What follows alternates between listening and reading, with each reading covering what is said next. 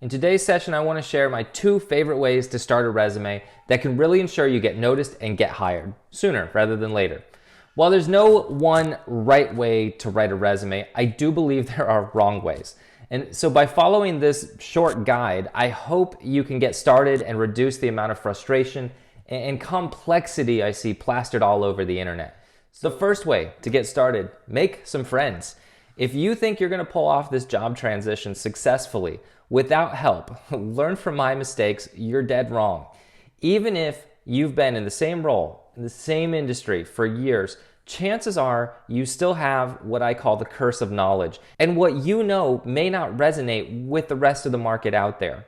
Lean into your intuition, but check it with others. I write 10 plus resumes most weeks for clients, and even I have to go out and make friends from time to time with executives and managers who are my clients' target audience.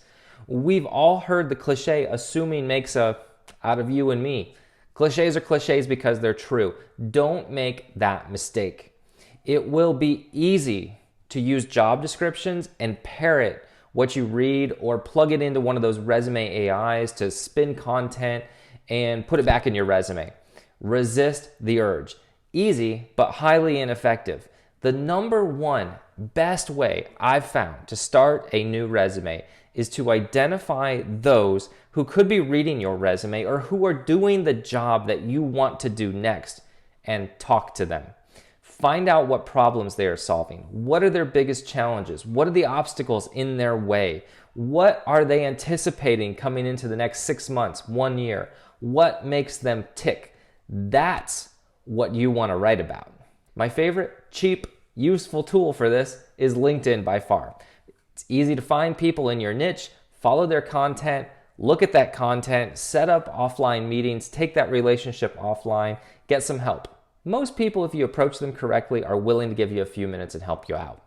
If you need help with a structure for this and questions to ask when you meet people and you just I don't know what to do, then I highly recommend Optum's resume course. I'll drop a link down below if you want to take a look at that. It has an informational interview worksheet. It discusses how to identify your audience's problems and pain points. It'll walk you through the whole thing start to finish. Whether you set up meetings with people or if you hire a resume writer who's going to do this for you, basically, this is a step that you cannot afford to skip. My second favorite way to start a resume, and I use these together usually, is establishing a narrative of problems before I even write a word on a piece of paper. Once I've collected all that feedback and that information from all my new friends, I make a list of all the problems that they've told me they solve in their role, that role I want to be in next. Then I rank them in order of importance. Which ones did they say were most important? Which ones were they constantly focused on? Which ones all really bubble up to the same problem? They just said it in many different ways. Or which ones came up in every single conversation? Rank them 1 to 10, 1 being the most important.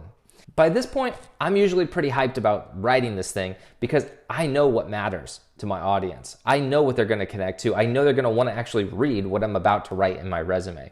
So after I make that list and I rank them, I go through and I circle the ones that my client has the most experience and background in solving.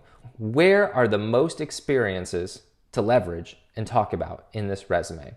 So let's say in your ranking, you identify that 1, 2, and 5 are your strongest points. Then I would use 1, 2, and 5 as the core message of that resume.